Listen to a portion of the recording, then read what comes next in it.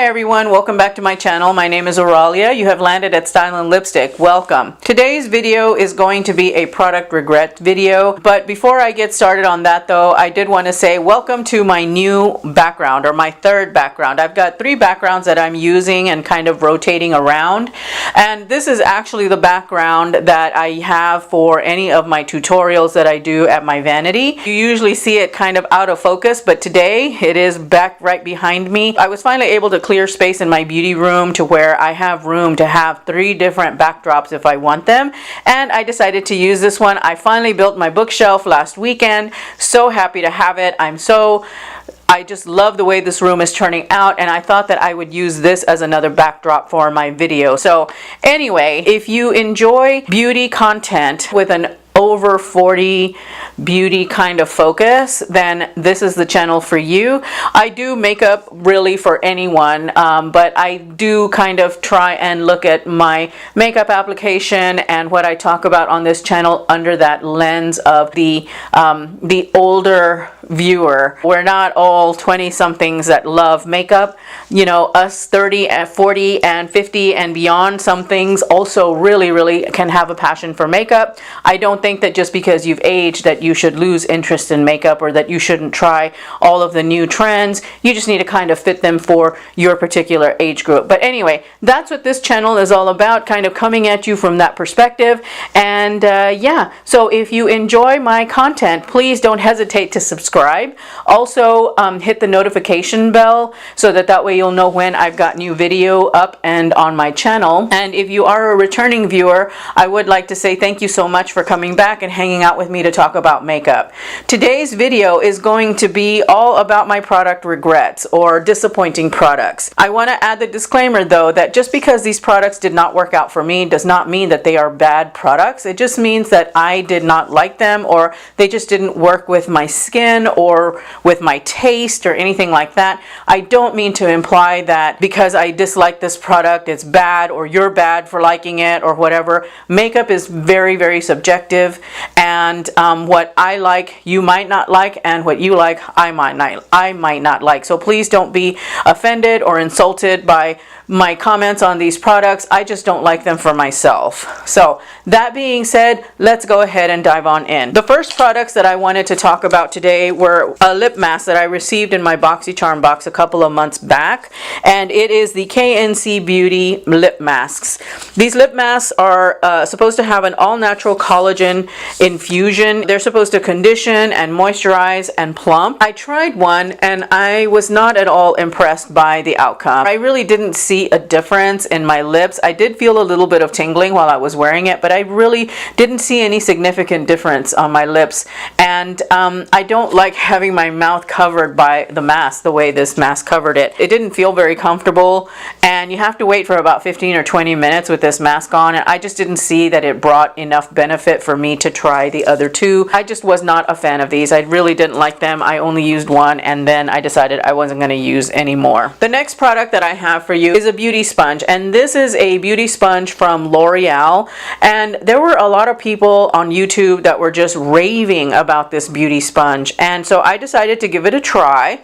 And even when wet, right now it's dry, but even when wet, this little sponge is really hard. It feels kind of like I'm pounding my face with a rock when I use this sponge, and I don't understand why so many people on YouTube love this sponge. Me personally, I did not like it. No matter how much I wet it, I just couldn't get it to be soft, and I don't like, you know, using this type of sponge on my face even with powders because of the hardness of it. Now I really tried to love this foundation. I really wanted to love this foundation. I wanted it to work for me so badly, but it just didn't. And it was the Fenty Beauty Pro Filter Soft Matte Foundation, and this is in the shade 300, and I did not like this foundation for a couple of reasons. One, it pulled very yellow on me. When I bought this at Sephora, I did do a swatch. I did swatch a bunch of different shades of this foundation on my hand because I knew going in that they were going to dry down a little bit darker. So I found the one that matched the closest to my skin tone. But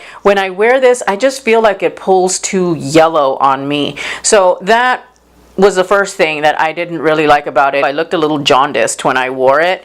And then additionally, it is very, very matte. And I am not a fan of a really, really matte foundation. I've got aging skin, I have pores, I have a little bit of texture, and I have some wrinkling on my skin, and this just emphasized all of that because of the matteness of it, and it just didn't sit very well on my skin. It didn't look really good. And then also, in addition to that, I am a combination dry to oily combination skin. I get really oily in my T-zone. I've got dryness on my cheeks, or even maybe normal on my cheeks, and I found that in the oily areas of my face, this broke down. It didn't hold up very well, and I just did not like how it looked on my skin overall. So I was not a fan of this particular foundation, and I tried. I really did. I tried different primers with it. I tried making it a little bit more luminous by mixing it with the next foundation that I'm going to talk about, and it just didn't sit well. It just did not work out for me. So sadly, this is a product that I regret having bought, and I don't know that I could make work. And maybe I could find a better shade at Sephora, but the texture of the foundation itself is just too matte for me. I'm not a fan, and so I have to say that this did not work out for me, sadly. The next foundation that I found that was very, very disappointing is one that actually people rave on about on YouTube, and it is the Giorgio Armani Luminous Silk Foundation, and I am in the shade 6.25. It does not hold up well on my skin. It looks really pretty when I first put it on, but I'm telling you, within 4 hours of wearing this foundation, my skin looks horrendous. My face looks greasy. It just looks really, really, really oily after 4 hours. You could set your watch by it. I will use it to try and mix in with other foundations though if they're too matte. Like I mentioned with the Fenty Beauty foundation, I tried mixing in a little bit of this to see if maybe that would help with the dewiness, because while this doesn't work on its own as a mixer, sometimes it does work. On its own though, I can't wear it. I just can't. I will say that on some of these products that don't work out for me, I do try and find a use for them in some way. These aren't sent to me in PR. I actually pay for these products myself, and so when I'm spent $65 on a foundation and it doesn't quite work out for me, I try and find a way to use it in some form or fashion. So sometimes I will use this foundation when I'm shooting video and all I'm doing is an eye look, and it's not about what I've got on my face, it's about what I'm putting on my eyes, or maybe when I'm doing like a lip swatch video or something like that. Since I'm only going to be shooting for a few hours at most, this foundation is actually really, really good for that. So I do have it in my rotation of foundations if I'm shooting a video, an eye tutorial, lip swatches, like I said, something that's very centralized and isn't about what I've got on my face. So I have got a few concealers that did not work out for me. The first is from LA Colors concealer, and it is, I think this is in medium, so it is in the shade beige, and this particular concealer sadly does not work for me. The issue that I have with it is that I will put it on and it like disappears and does not do anything to cover the darkness under my eyes. So this was a no-go for me. I can't even figure out how I would repurpose it if it's not going to leave any kind of pigment on my skin. There's no way that I know of that I can repurpose this.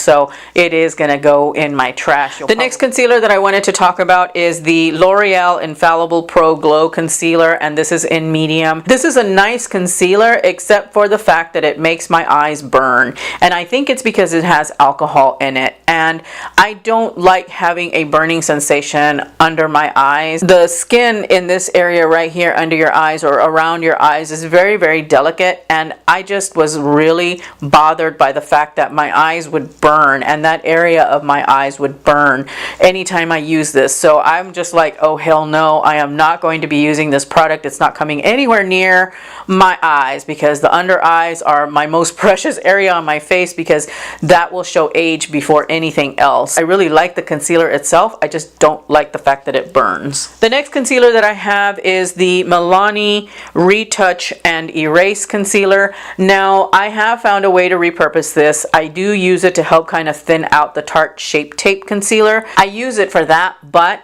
I don't really use it on its own as a concealer. I really don't like it. It is another one of those concealers that just doesn't give me the amount of coverage that I need on my under eyes. It doesn't quite do the trick to block out, you know, the darkness that I have. It's a no-go, and it was very disappointing. So let's move on to powders.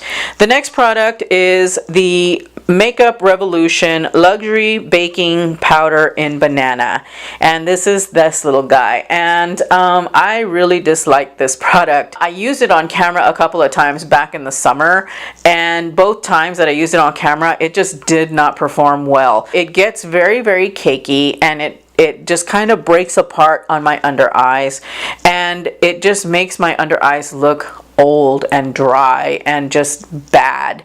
And so for that reason, I am not a fan of this powder. It just didn't work out for me. It was just not good for my under eyes, and I didn't even bake with it. This is supposed to be for baking. I did not even bake with this powder. I just applied it like I normally apply my powders, and it was just not good. It was not good at all. The next powder that I have is one that I received in a BoxyCharm, and it is the Studio Makeup HD Finishing Powder. It is very, very, very fine, very white, and it is too white. It's not 100% translucent. It does leave a bit of a white cast on me. I don't like the way it makes my under eyes look, and it's so fine that the powder just gets everywhere on my face. I mean, I'm inhaling it, and I'm just like, you know, I'm having to do this whenever I used it.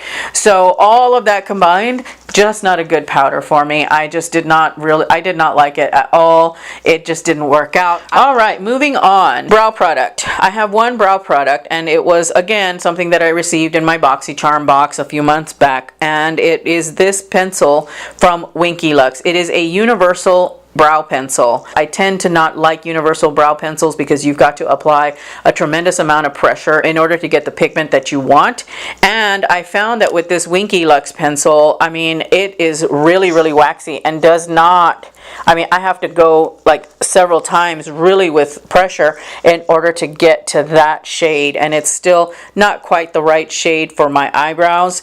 And I really don't like having to apply so much pressure in order to get color on my brows. I tend to do my brows with light feathery strokes, and this is not conducive to light feathery strokes.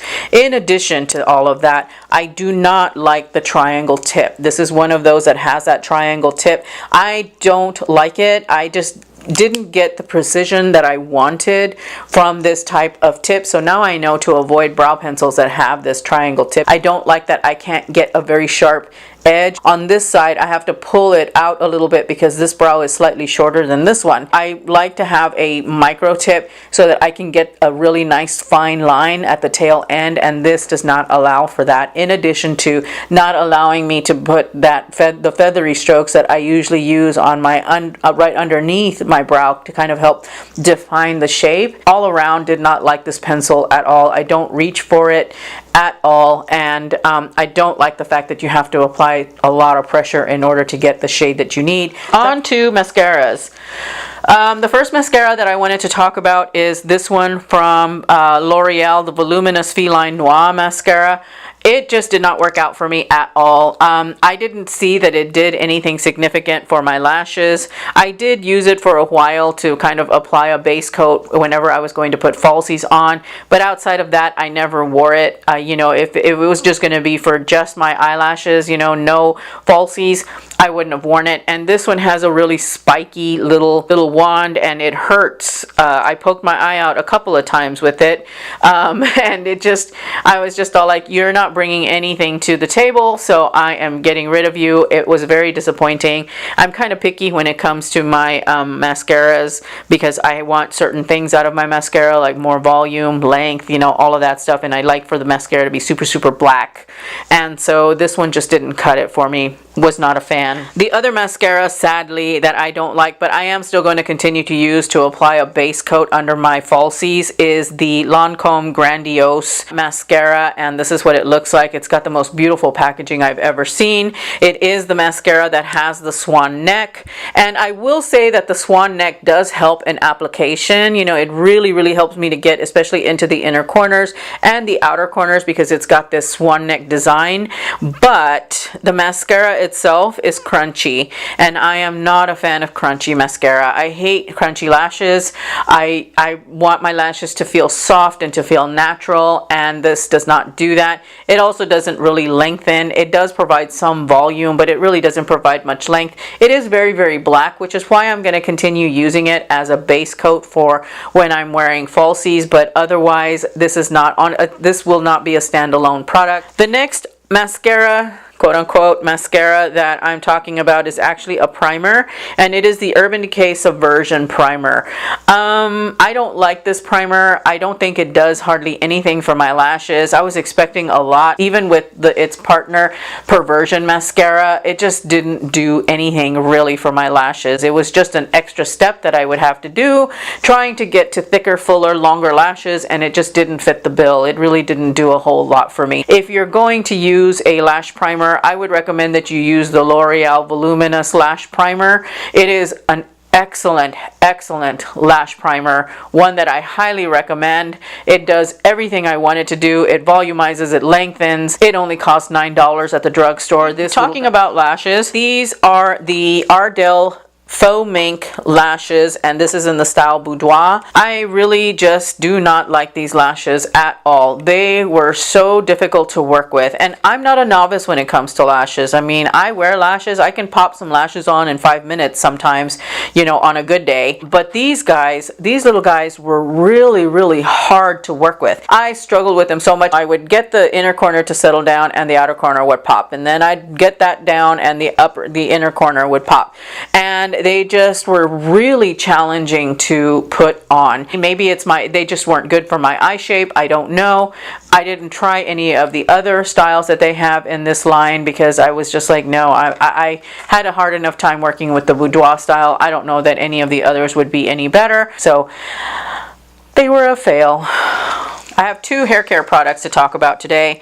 One of them is one that actually is really popular on the YouTube circuit, but for me, it just doesn't work for my hair. It doesn't give me what I'm expecting from it, and it is the Briogeo Don't Despair Repair Deep Conditioning Mask, and I received this one in a BoxyCharm, but I had gotten one someplace else. I don't remember where. I think it was probably a Sephora Play box that I tried. I have not opened this one. I'm going to actually pass it along to a friend, but I just don't think that it is all that for my hair. I mean, people go on and on and on about it, and for me personally, it just doesn't seem to do a lot. Now, keep in mind that my hair has a dry, coarse texture to it, and so that may be why it doesn't work out for me. When I get a deep conditioning mask, or when I get any kind of hair conditioning product, it really has to penetrate my hair shaft, and it has a hard job to do because of the texture, you know, because of the natural texture of my hair. This guy from Briogeo just doesn't cut it as far as a hair mask. The other hair product that I have here, I've had for a long time, and that is the Living Proof Restore Mask Treatment. This big old tub here, I did actually use a lot of it up, but only because I ran out of conditioner a while back and started dipping into this one because I had no choice. And this is for dry or damaged hair. It just didn't do anything for my hair.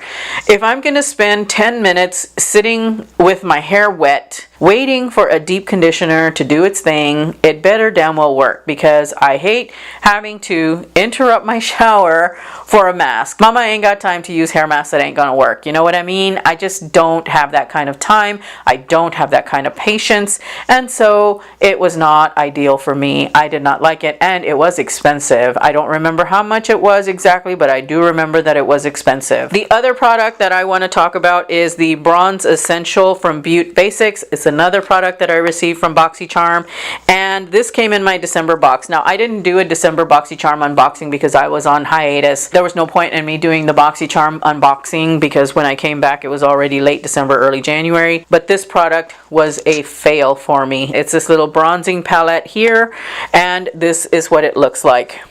First thing, I do not like products that do not have their own individual pans. It's kind of like, I don't like for my food on my plate to kind of mix with everything else. I kind of like everything to be separate. Same thing with my cosmetics products. I don't like them all in one where there's not a division, you know, you don't have your individual pans for each of the products. That's the first thing. The second thing, they included 2 strips of the same shimmer bronzer, and It is an awful, awful bronzer. It is like super, super chalky and powdery, and it's just a mess. It's a mess. I don't like it at all.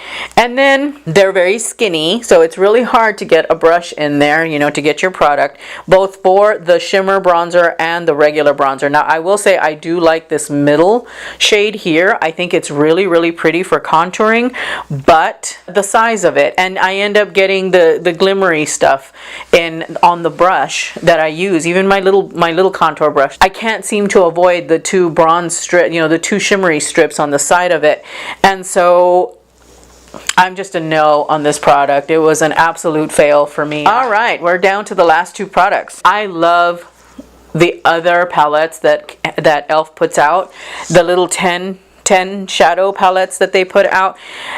This one is which one is this one? This one is Nude Rose Gold, and I had such a hard time working with this palette. I did a video with it. It was a drugstore makeup video, and you could see me struggle in that video trying to get some pigment from these shadows on my eyes. They just would not show up, and I had to work really, really hard.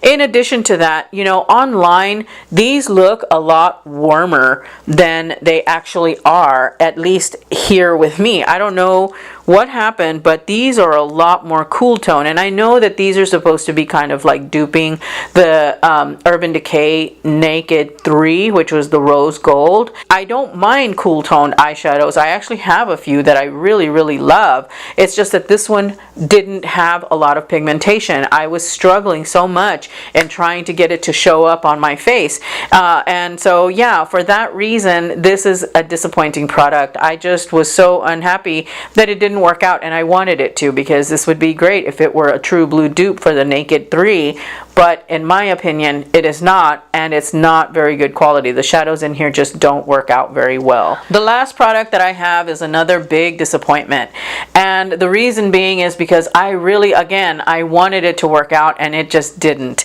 And I know people rave and rave and rave about these, but for me it was just a bad experience. The product that I'm talking about is the ColourPop Supernova Shadow, and I only bought one. This one is in Hard to Impress. I see other people on YouTube using them, and I'm all like, oh my god, they're so beautiful, but for me it was just a terrible, terrible experience. I put it on, and it's very much like the Stila Magnificent Metals. You put it on, it's wet, you let it dry, and then you go on about your business, right? And so I did that. I put it on my eyes, and as it was drying, I could feel, literally, I felt like my skin was just shriveling up as this was drying, and I was surprised at that. You know, I was not expecting that. I don't get that with the Stila Magnificent Metals. It was just terrible. I could, like I said, I could feel my lid just shriveling, and then I looked at my eyelid, you know, after it had dried, and I'd been wearing it for about an hour.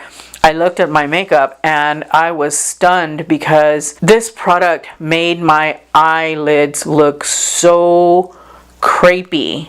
So crepey. And you know me, if you watch me, you know that I love glitter, and I'm always an advocate, regardless of what age you are, about wearing glitter. I actually wore this because I knew it was going to be a long wear product. I wore it to the office, and I had a holiday party after work. I'm telling you, about 5 hours in, I was ready to rip my eyeballs out of my face, because my eyelids itched so much from having this stuff on.